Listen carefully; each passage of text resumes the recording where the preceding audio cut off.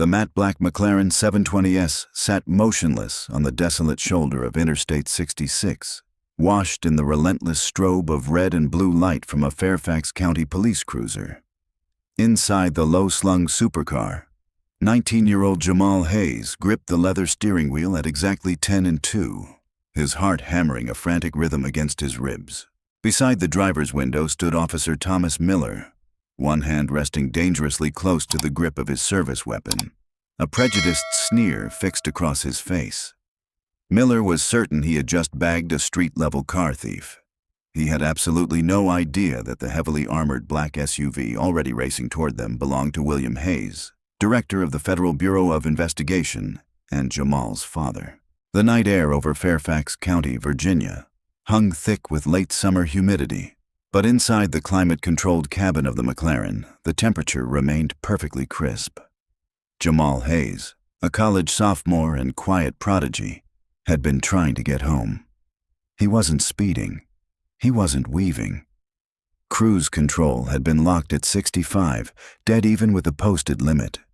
Jamal understood the unwritten rules of the world better than most. As a young black man behind the wheel of a $250,000 exotic, he knew he registered as a statistical anomaly in the eyes of local law enforcement. What the officers did not know was that Jamal had recently sold a proprietary machine learning algorithm to a major Silicon Valley firm for low 8 figures. The McLaren was his single extravagant reward, a mechanical masterpiece paid for in cash, free and clear. In the rearview mirror, the headlights of a Ford Explorer Interceptor had appeared, trailing close. A cold knot tightened in Jamal's stomach. Experience had taught him that innocence was not always a shield. Suddenly, the night erupted in a blinding display of LED lights. A sharp, aggressive siren chirp demanded immediate compliance. Jamal signaled right, decelerated smoothly, and guided the wide, low-slung car onto the gravel shoulder. He ran through the survival checklist his father had drilled into him since the day he received his learner's permit. Engine off. Keys on the dashboard, interior dome light on, both hands visible on the wheel. No sudden movements. The heavy door of the cruiser slammed shut, the sound echoing over the rush of passing traffic. Boots crunched across gravel. In the side mirror, Jamal watched a broad-shouldered officer with a buzz cut and rigid posture approach the passenger side, a standard tactical angle. 1,000-lumen mag light stabbed into the cabin, sweeping over carbon fiber surfaces and pristine leather before locking on Jamal's face. "Roll it down all the way," a gruff voice commanded from behind the glare. Jamal tapped the switch. The glass lowered with a soft electronic hum. "Evening, officer," he said, voice carefully even, stripped of anything that could be twisted into attitude. Officer Thomas Miller leaned in. The scent of stale coffee and sharp aftershave drifted into the car. His eyes flicked around the luxurious interior, expression twisting into open suspicion. He looked at the teenager, then the dashboard, then back at the teenager. The math in his head refused to add up to a conclusion he liked. "License, registration, and proof of insurance," Miller demanded, skipping any greeting or explanation for the stop. "Officer, my license is in my wallet in my back right pocket. The registration and insurance are in the glove compartment. I need to move my hands to get them. Is that all right?" Miller's hand settled pointedly on the butt of his sidearm. "Do it slow, kid. Real slow." Jamal moved with deliberate, exaggerated care. He retrieved the Virginia driver's license, then leaned across and handed over the neatly folded paperwork. Miller snatched the documents and shone his light on the license. "Jamal Hayes," he read aloud, skepticism dripping from every syllable. He locked eyes with the young man. "Whose car is this, Jamal?" "It's mine, officer." Miller let out a short, humorless scoff. "Yours, right. A 19-year-old in a McLaren. You expect me to believe you bought this?" "The registration is in my name, sir, as is the insurance." Miller glanced at the paperwork. It was indeed registered to Jamal Hayes, though the address listed to a highly secure private residential trust, privacy his father had insisted upon. "Where did you steal this from, boy?" Miller's voice dropped an octave, shifting from routine inquiry to direct accusation. "You running cars for a chop shop in D.C.? Who tossed you the keys?" "I didn't steal it, officer. I purchased it legally. Why did you pull me over?" "You swerved over the yellow line. Miller lied effortlessly, the practiced excuse rolling off his tongue. And given the fact that this vehicle exceeds the typical income bracket of a teenager by about 1,000%, I have reasonable suspicion the car's stolen and you're fleeing. I have dashcam footage recording my driving telemetry, officer. I didn't cross any lines. Jamal gestured slightly toward the small, high-tech camera mounted behind the rear-view mirror. Miller's eyes narrowed. The mention of a camera clearly infuriated him. Are you getting smart with me? Keep your hands on the wheel. My hands are on the wheel, sir. I'm just trying to understand the nature of this stop. I'll tell you the nature of this stop. Miller snapped, stepping back and unhooking his radio.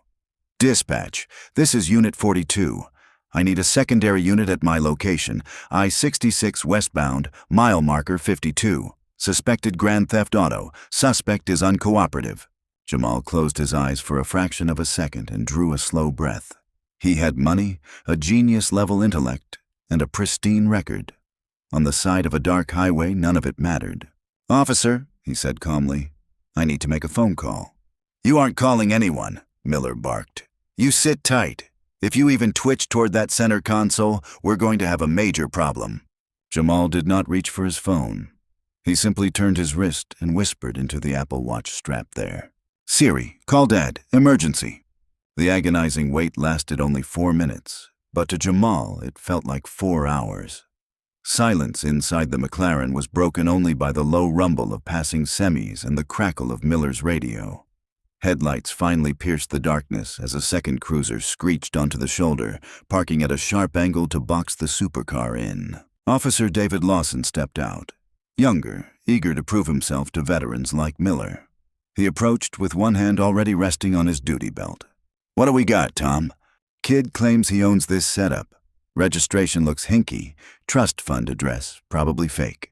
He's getting mouthy too. Miller stepped around to the driver's side, flanking Jamal. Step out of the vehicle. Officer, I haven't done anything wrong, and I do not consent to any searches. I didn't ask for your consent. Step out of the car now, or I will pull you through this window. Miller yanked the exterior handle. The door was locked. Jamal knew the law, but he also knew the grim statistics of resisting an unlawful order on a dark roadside. Slowly, he unlocked the door and stepped out.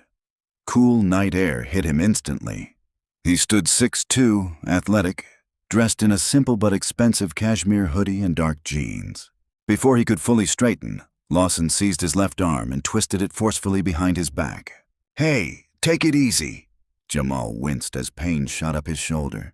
Stop resisting, Lawson yelled. The phrase trained into him to justify force. Miller grabbed the other arm. Cold steel cuffs ratcheted tight around Jamal's wrists. They slammed him chest first against the side of the McLaren. Watch the paint, please, Jamal gritted out, trying to ease the pressure on his collarbone. Shut up, Miller sneered, patting him down aggressively. He yanked Jamal's wallet from a pocket and tossed it onto the roof, followed by the keys. Toss the car, Miller ordered. Let's see what he's moving. You do not have probable cause to search my vehicle, Jamal stated clearly, cheek pressed to cool metal. This is an illegal search. I smell marijuana. Miller lied smoothly, a smirk playing on his lips. That gives me all the probable cause I need, counselor. Jamal did not smoke. He despised the smell. The cabin still held only the scent of Italian leather and a faint trace of cedarwood cologne. The excuse was fabricated, and both men knew it. Lawson tore through the immaculate interior, ripping out floor mats, rummaging the glove box, popping the front trunk, and tossing Jamal's meticulously organized laptop bag onto the gravel. My father is coming, Jamal said quietly. And when he gets here, you are both going to deeply regret this. Miller laughed, a harsh grating sound. Oh, Daddy's coming. What's he going to do, sue the department? Let me guess, he's a big-shot lawyer. Or maybe the kingpin who bought you this stolen ride.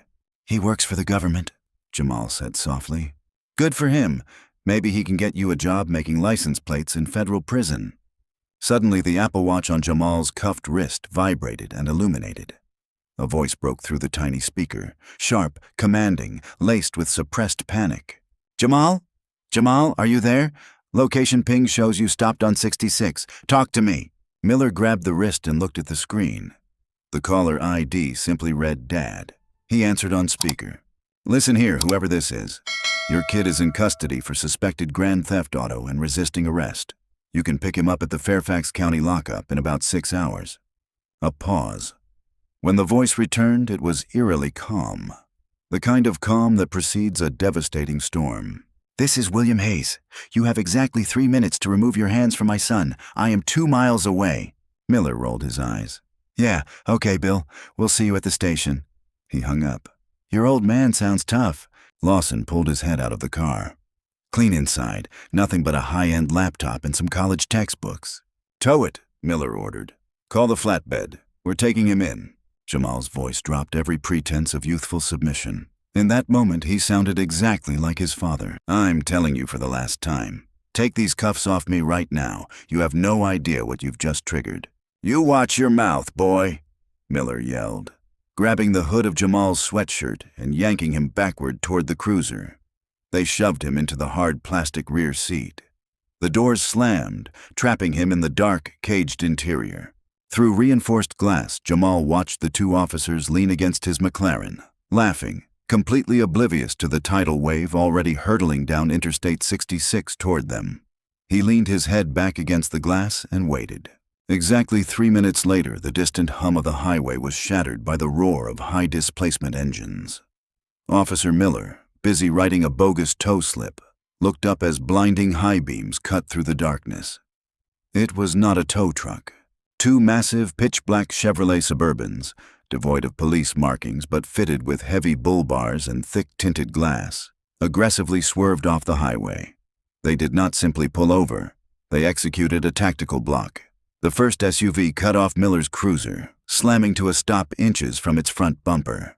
The second boxed in the McLaren from the rear, trapping the local officers in a steel cage of heavy machinery. Dust and gravel flew, illuminated by the flashing red and blues. Lawson's hand dropped to his gun. "What the hell is this, Miller?" Before the dust settled, the doors of the Suburbans flew open simultaneously. 4 men stepped out, moving with terrifying synchronized precision. They wore dark suits, Kevlar vests secured over their ties and earpieces. They were heavily armed. "Fairfax PD, step back from the vehicles," Miller shouted, drawing his weapon and aiming at the lead Suburban. "Drop your weapons." None of the men in suits flinched. They did not draw. They simply fanned out, creating a secure perimeter. Then the rear door of the lead Suburban opened. A man stepped into the harsh glare of the headlights. Late 50s, tall, salt and pepper hair, cut with military precision. He wore a perfectly tailored charcoal suit, jacket unbuttoned. He did not rush. He did not shout. He walked toward Officer Miller with the steady, unstoppable momentum of a freight train. "Holster your weapon, officer," the man said. His voice was not loud, yet it carried absolute, unquestionable authority. It was the voice from the watch. "I said freeze! Identify yourself!" Miller yelled, hands beginning to shake as he kept the gun leveled at the man's chest. Lawson had drawn as well, eyes darting between the tactical agents and the approaching figure, panic flooding his face. The man did not stop until he stood less than 3 feet from the barrel of Miller's gun. With agonizing slowness, he reached into his breast pocket, never breaking eye contact, and flipped open a leather credential case. The gold shield caught the light. Above it, in bold, stark lettering, Federal Bureau of Investigation. "I am William Hayes," the man said, voice a low, dangerous rumble. "Director of the Federal Bureau of Investigation. And you have my son in the back of your car. If you do not holster that weapon in the next 3 seconds, my detail will drop you where you stand." Miller's face drained of all color. His eyes flicked from the gold badge to the terrifyingly calm face of the director, then to the 4 heavily armed agents whose hands now rested casually on the grips of concealed weapons. Slowly, trembling, Miller forced his gun back into its level 3 retention holster. Lawson, looking as though he might vomit, hastily did the same. "Director, we pulled this vehicle over for erratic driving," Miller stammered, the aggressive bravado stripped away and replaced by panicked backpedaling. The suspect, the driver, became combative. "We suspected the vehicle was stolen." William Hayes did not look at Miller. He looked past him, eyes finding the rear of the cruiser where Jamal sat handcuffed. The director's jaw clenched, a muscle feathering furiously in his cheek. "Open the door." "Sir, he's under arrest," Lawson began. Hayes turned his head slowly, icy gaze fixing on the young officer. "Open the door." Lawson scrambled, fumbling with keys, and yanked the rear door open. Jamal shifted awkwardly, hands still bound tightly behind his back. "Dad," he said softly, stepping out onto the gravel. For a split second, the hardened director vanished, replaced by a father's deep, visceral relief. Hayes placed a hand on Jamal's shoulder, eyes quickly scanning for injuries. "Are you hurt?" "No, sir, just my wrists. They put them on pretty tight." Hayes turned back to Miller. The warmth in his eyes was replaced by absolute zero. "Uncuff him." Miller hesitated, a final, desperate grasp at authority. "Director Hayes, I have protocol. Your protocol ended the second you decided to illegally detain and assault a private citizen without probable cause." Hayes stepped directly into Miller's personal space. The height difference was modest. The power dynamic was an ocean. "Uncuff my son. Now." Trembling, Miller produced the key and unlocked the metal bracelets. Jamal rubbed his wrists, wincing as circulation returned. "Agent Reynolds," Hayes barked without turning. One of the suited men stepped forward seamlessly. "Yes, Director. Get the Chief of Fairfax Police on the phone. Wake him up. Tell him he needs to be at this exact mile marker in 15 minutes, or I'm sending a Federal Civil Rights Division strike team to raid his precinct by morning." "Right away, sir." Miller was sweating profusely now. The humid summer air felt suffocating. "Director, please, we were doing our jobs. A kid like this in a car like that, it fits a profile." "A profile." Hayes repeated the word softly, tasting it, letting the sheer ignorance hang in the air. He turned to face Miller fully. "You mean a young black man driving a car you can't afford, so your immediate deduction is grand theft. You ran his plates. It came back to a private trust. You ignored the legal documentation. You bypassed the Fourth Amendment. You fabricated a reason to search his vehicle." He pointed a finger like a loaded weapon at Miller's chest. "My son is a software engineer who just sold his first tech company. He bought that car with his own money, but you couldn't see past his skin color long enough to read the facts right in front of you." "Sir, we smelled contraband," Lawson tried to interject. Hayes let out a dark, humorless chuckle. "My son doesn't smoke, but I'll tell you what we're going to do. Agent Reynolds is going to take a statement from both of you, and then we're going to pull the dash cam footage from Jamal's vehicle, which records internal audio and telemetry. And when that footage proves you committed perjury, falsified a police report, and violated federal civil rights, I will personally ensure that the only thing you ever police again is a mall food court." Heavy silence fell over the highway. The flashing lights seemed to mock the two local officers. They had thought themselves apex predators on their stretch of asphalt.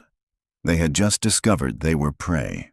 As Hayes turned to guide Jamal toward the Suburban, leaving the McLaren to be driven by one of his agents, his phone buzzed.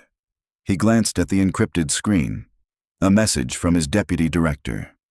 Hayes stopped in his tracks. He looked at Jamal, then slowly back at Miller. The puzzle pieces in the director's mind, usually flawlessly arranged, suddenly shifted. This traffic stop had not been a random act of racial profiling. Jamal had been hunted. The encrypted text glowing on William Hayes's phone had been sent from Deputy Director Sarah Jenkins at the J. Edgar Hoover Building. It contained a single terrifying attachment, a heavily redacted file from the Bureau's elite counterintelligence division. The file displayed a surveillance photograph of Officer Thomas Miller sitting in a dim diner 3 days earlier, accepting a thick manila envelope from a man the FBI had been hunting for 18 months.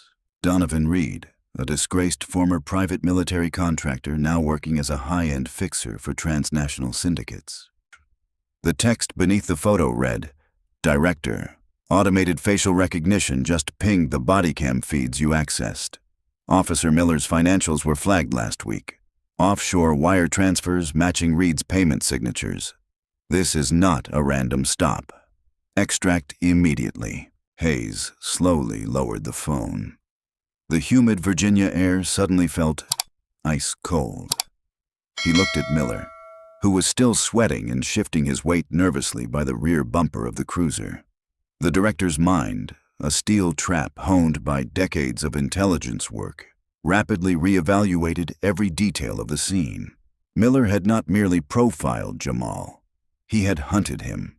The fabricated swerve, the immediate aggression, the insistence on pulling Jamal from the vehicle and controlling his phone. It was not simply corrupt policing. It was an isolation tactic. Miller was stalling. He was securing the package. "Agent Reynolds," Hayes said, voice dropping so low it barely registered above the idling engines. Reynolds stepped closer, posture shifting from defensive perimeter to offensive readiness. "Detain Officer Miller. Level 4 restraints. Now." Miller blinked, confusion morphing into sheer panic. "Wait, what? Detain me? You can't do that. I'm a sworn officer of Fairfax County." "You're a traitor on the payroll of Donovan Reed." Hayes's words cut through the night like a sniper's bullet. Miller's eyes widened in absolute terror. For a fraction of a second, self-preservation overrode training. His hand dropped toward his level 3 retention holster. He never even got the snap undone. Reynolds moved with terrifying fluid speed. Before Miller's fingers could grip the handle, Reynolds closed the gap, driving the heel of his palm into the officer's sternum.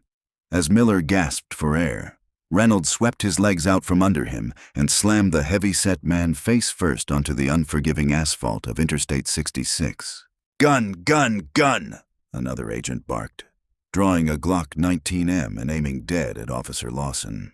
Lawson threw his hands straight into the air, screaming, "I didn't do anything! I don't know what's going on! Don't shoot! Please don't shoot!" "Keep your hands on your head and face the vehicle," an agent commanded, swiftly moving in to disarm the terrified junior officer. Jamal stood frozen beside his father, brilliant mind racing to catch up with the sudden explosion of violence. "Dad, what is happening? Who is Donovan Reed?" "Get in the Suburban, the armored one, now." Hayes's eyes frantically scanned the dark tree line bordering the highway. Reynolds yanked Miller up by the collar, expertly zip-tying the rogue cop's wrists. He dragged him to the trunk of the police cruiser. "Pop the trunk, Miller." "I don't know what you're talking about." Miller spat, blood dripping from a scraped chin. Reynolds retrieved the cruiser keys from Miller's pocket and popped the trunk himself. He tossed aside the standard-issue road flares and first aid kit, then pulled back the spare tire cover. Hidden underneath was a black tactical duffel. Reynolds unzipped it and withdrew a heavy matte black device with a thick antenna, a military-grade GPS jammer. Beside it lay a bundle of heavy-duty zip ties, a dark hood, and a satellite phone. Hayes looked at the kidnapping kit, blood running cold. If he had been even 10 minutes slower responding to Jamal's watch alert, he would have found an empty McLaren on the shoulder and his son vanishing off the grid into the hands of a syndicate that wanted leverage over the director of the FBI. "They weren't taking him to the precinct," Reynolds said quietly, showing the jammer to Hayes. "They were going to ghost the cruiser's telemetry and hand him off, sir." An agent at the perimeter pressed a finger to his earpiece.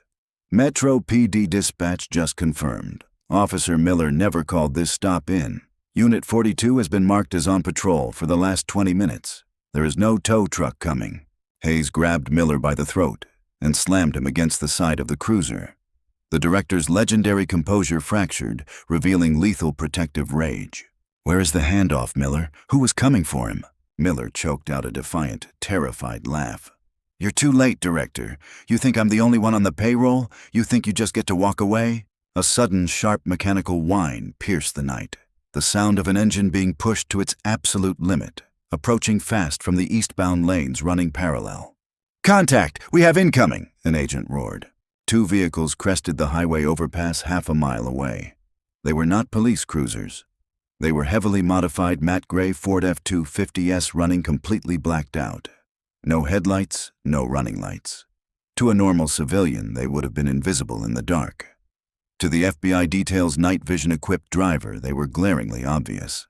The trucks tore across the grassy median, ripping up mud and turf as they aggressively crossed into the westbound lanes, heading straight for the FBI barricade. "Defensive positions! Protect the director! Get the kid in the armor!" Reynolds screamed, dropping Miller to the pavement and drawing his weapon. "Dad!" Jamal yelled, trying to process the chaos. Hayes did not speak. He seized Jamal by the heavy fabric of the cashmere hoodie and physically hurled him into the back of the heavily armored Chevrolet Suburban 2500 HD. Hayes threw himself in immediately after, slamming the ballistic door shut just as the night erupted in gunfire. Crack! Crack! Crack! The sharp staccato of suppressed automatic rifle fire echoed across the highway. Sparks flew as high-velocity rounds sparked off the Suburban's reinforced steel paneling and shattered the windows of the local police cruiser. Officer Lawson, still standing with hands raised, screamed and dove into a muddy ditch, crawling desperately for cover. Miller, zip-tied on the ground, frantically tried to roll under the cruiser. "We are taking heavy fire. 3 shooters in the lead vehicle," an FBI agent shouted over the encrypted radio. Inside the Suburban, it sounded as though someone were beating the exterior with a sledgehammer. Bulletproof glass spider-webbed violently, but held against the onslaught of 5.56 rounds. Jamal was pushed to the floorboards, his father's heavy frame covering him. "Stay down!" Hayes yelled over the deafening noise. "Do not move!" "Why are they shooting at us over a traffic algorithm?" Jamal shouted, voice cracking. "It's not your tech, Jamal. It's me. They want me." Hayes gritted the words out, drawing his own sidearm. He pressed the intercom on the roof console. "Reynolds, sitrep, 2 hostile vehicles." Reynolds' voice crackled back, calm and clinical despite the gunfire. "They are attempting a rolling block. We need to move now. Driver, execute a J-turn and punch through their right flank." The driver of their Suburban slammed the vehicle into gear. The massive engine roared. Heavy tires spun on gravel before catching traction. The SUV violently reversed, whipping the steering wheel to swing the heavy front end around in a flawless, tactical J-turn. Through the spider-webbed glass, Jamal saw the first gray Ford truck ram directly into the empty police cruiser, tossing the 2-ton vehicle aside like a discarded toy. Men in tactical gear, faces obscured by balaclavas, began pouring from the backs of the trucks. They were not street thugs. They moved with the crisp, disciplined unit tactics of former Special Forces operators, bounding forward, laying down suppressing fire on the second FBI Suburban, which was returning fire with devastating accuracy. "Driver, hit the lights. Blind them," Reynolds ordered from the second vehicle. Instantly, a bank of military-grade LED light bars mounted on the FBI SUVs flared to life. The blinding multi-thousand lumen strobe illuminated the highway like midday, completely overwhelming the night vision goggles worn by the mercenaries. 2 attackers stumbled blindly, ripping off their optics. The FBI agents capitalized instantly, dropping both men with precision shots to center mass. Push through, Hayes yelled. The armored Suburban accelerated hard. The remaining gray Ford tried to cut them off, swerving into their lane to execute a pit maneuver. "Hold on," the driver shouted. Instead of swerving away, the FBI driver steered directly into the attack. The heavy steel push bar of the Suburban slammed into the front quarter panel of the lighter Ford at 60 miles an hour. The sickening crunch of tearing metal echoed as the Ford was violently redirected, spinning out of control and crashing into the concrete median barrier in a shower of sparks and shattered glass. "We are clear of the kill zone, pushing eastbound to the safe house," the driver announced. The speedometer climbed past 90. Jamal slowly pushed himself up from the floorboards, hands trembling. He looked out the rear window. In the distance, he could see the blazing red and blue strobes of his abandoned McLaren and the flaming wreckage of the mercenary truck. "My car," he whispered, adrenaline slowly giving way to shock. "Forget the car," Hayes said, checking his weapon and slamming it back into the shoulder holster. He pulled his son into a tight, bruising embrace. "You're alive. That's all that matters." Jamal pulled back slightly, looking into his father's eyes. The naive college student who had been arguing traffic laws 10 minutes earlier was gone. In his place stood a young man who had just looked the brutal reality of his father's world in the face. "Who is Donovan Reed?" Jamal asked, voice steadying, adopting the analytical tone he used when debugging complex code. "And why did he try to buy corrupt cops to kidnap me?" Director Hayes sighed. The weight of his office seemed to age him 10 years in the dim cabin light. He pulled out his encrypted phone and tapped a secure line to the Pentagon. "Donovan Reed is a ghost," Hayes said quietly. "He runs off-the-books operations for a coalition of corrupt defense contractors.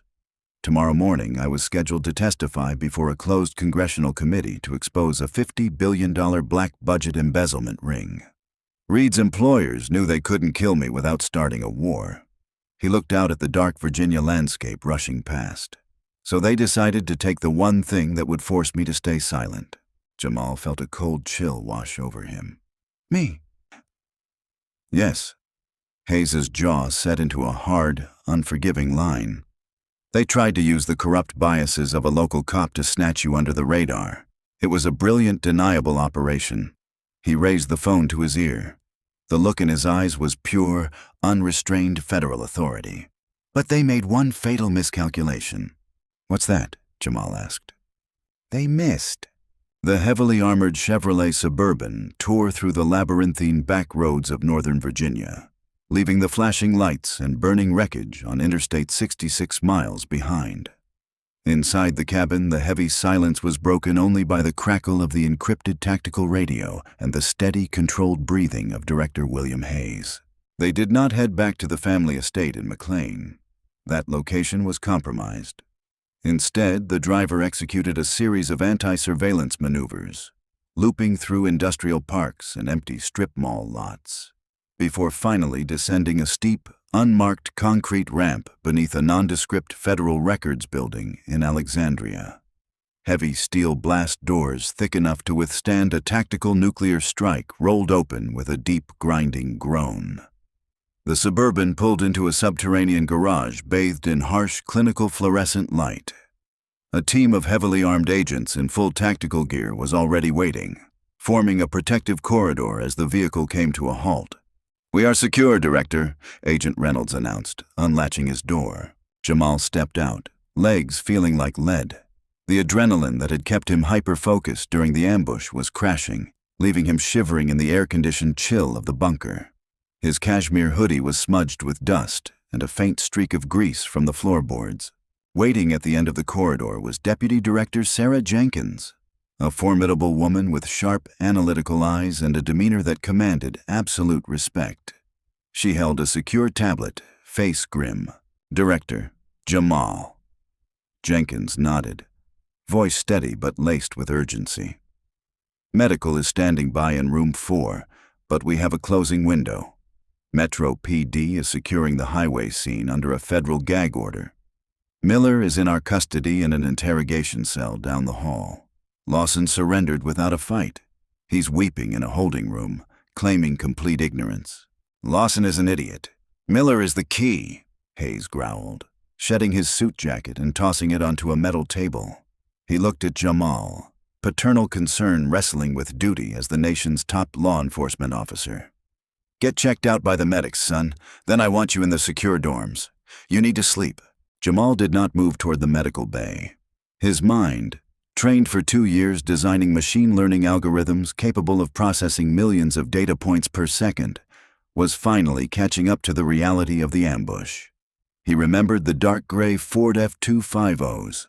He remembered the GPS jammer in Miller's trunk.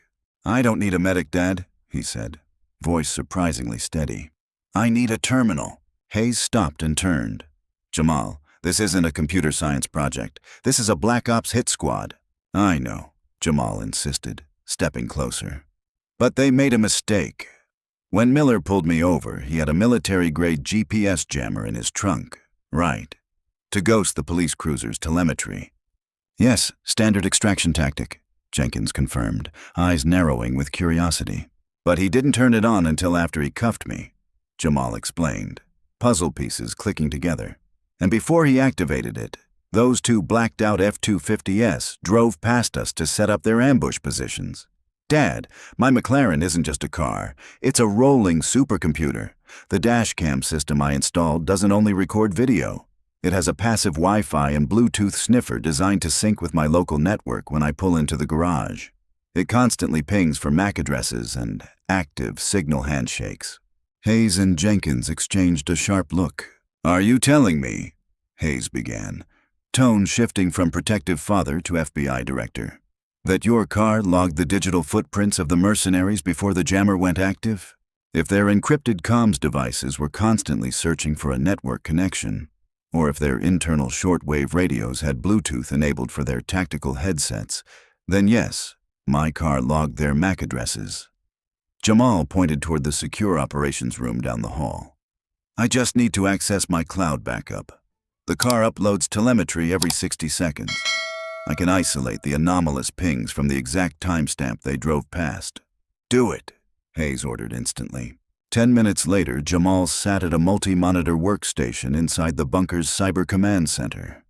Surrounding him were 3 of the FBI's top cyber analysts, all watching in quiet awe as the 19-year-old's fingers flew across the mechanical keyboard with terrifying speed. Lines of code and encrypted packets scrolled across the massive displays. Jamal bypassed 2 firewalls of his own design and dove into the raw data lake generated by the McLaren just before the shootout. Got it, he announced, striking the enter key with finality. A list of 3 unique, heavily encrypted MAC addresses populated the center screen. Those devices aren't standard cell phones, one senior analyst noted, leaning over Jamal's shoulder. Those are military-grade Iridium satellite relays. But look at this. One of the MAC addresses attempted a brief local handshake with a civilian cell tower just before the jammer engaged. They slipped up. For 3 seconds, they were on the open grid. Can you trace the ping? Jenkins asked. Jamal's hands never stopped moving. I'm running a cross-reference through the NSA's localized cell tower data caches, applying a geospatial algorithm to track the movement. Bingo. A map of Washington, D.C. bloomed on the screen. A red digital trail extended from the ambush site on I-66, tracing backward through the city and finally coming to a dead stop at a high-security residential complex in Georgetown. That's not a safe house, Jenkins whispered, face going pale. Director, that's a private residence. Hayes stared at the address on the screen, jaw clenched so tightly the muscles looked ready to snap. He knew exactly who lived at that address. Senator Gregory Caldwell, Hayes said, the name dropping like an anvil in the quiet room. Chairman of the Senate Armed Services Committee. The gravity of the situation settled over everyone present. Senator Caldwell was one of the most powerful men in Washington. He was the architect of the $50 billion black budget defense appropriations bill that Hayes was scheduled to testify against in less than 8 hours. Caldwell was the one feeding the lucrative contracts to the corrupt syndicate Donovan Reed worked for. He didn't just authorize the hit, Jenkins said, outlining the conspiracy. He hosted the strike team at his own residence for the final briefing before they deployed. He thought he was untouchable. He was trying to kidnap you to force me to bury the evidence of his embezzlement, Hayes said, looking at Jamal with a mixture of pride and terrifying realization. And your car just put the smoking gun directly into our hands. Hayes turned from the monitors, posture straightening into a rigid pillar of authority. He checked his watch. It was 4:07 a.m. Jenkins. The quiet intensity of his voice sent a shiver down the spines of the analysts in the room. Yes, Director.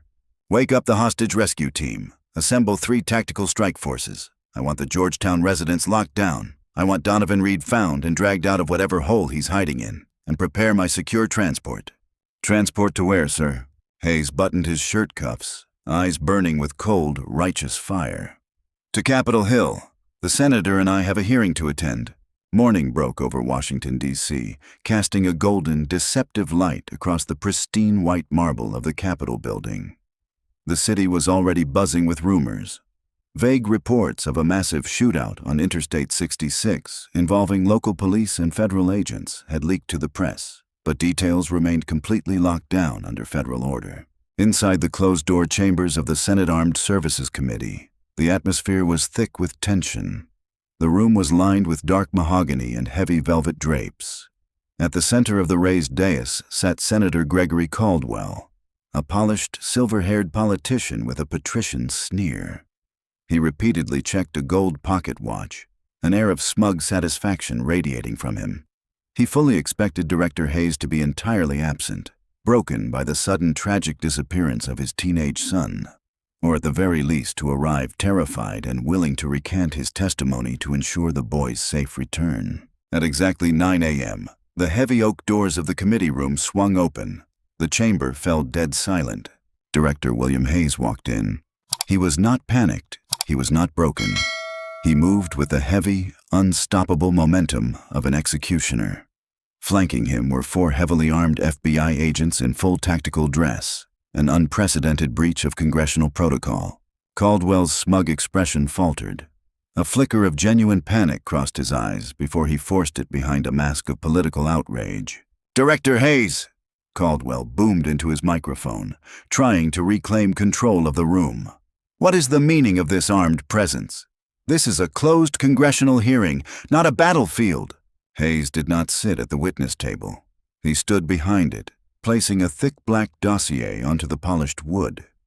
He looked directly up at Caldwell. "Senator," Hayes said, voice echoing through the cavernous chamber without need of a microphone, "I am not here to testify about the $50 billion black budget embezzlement ring."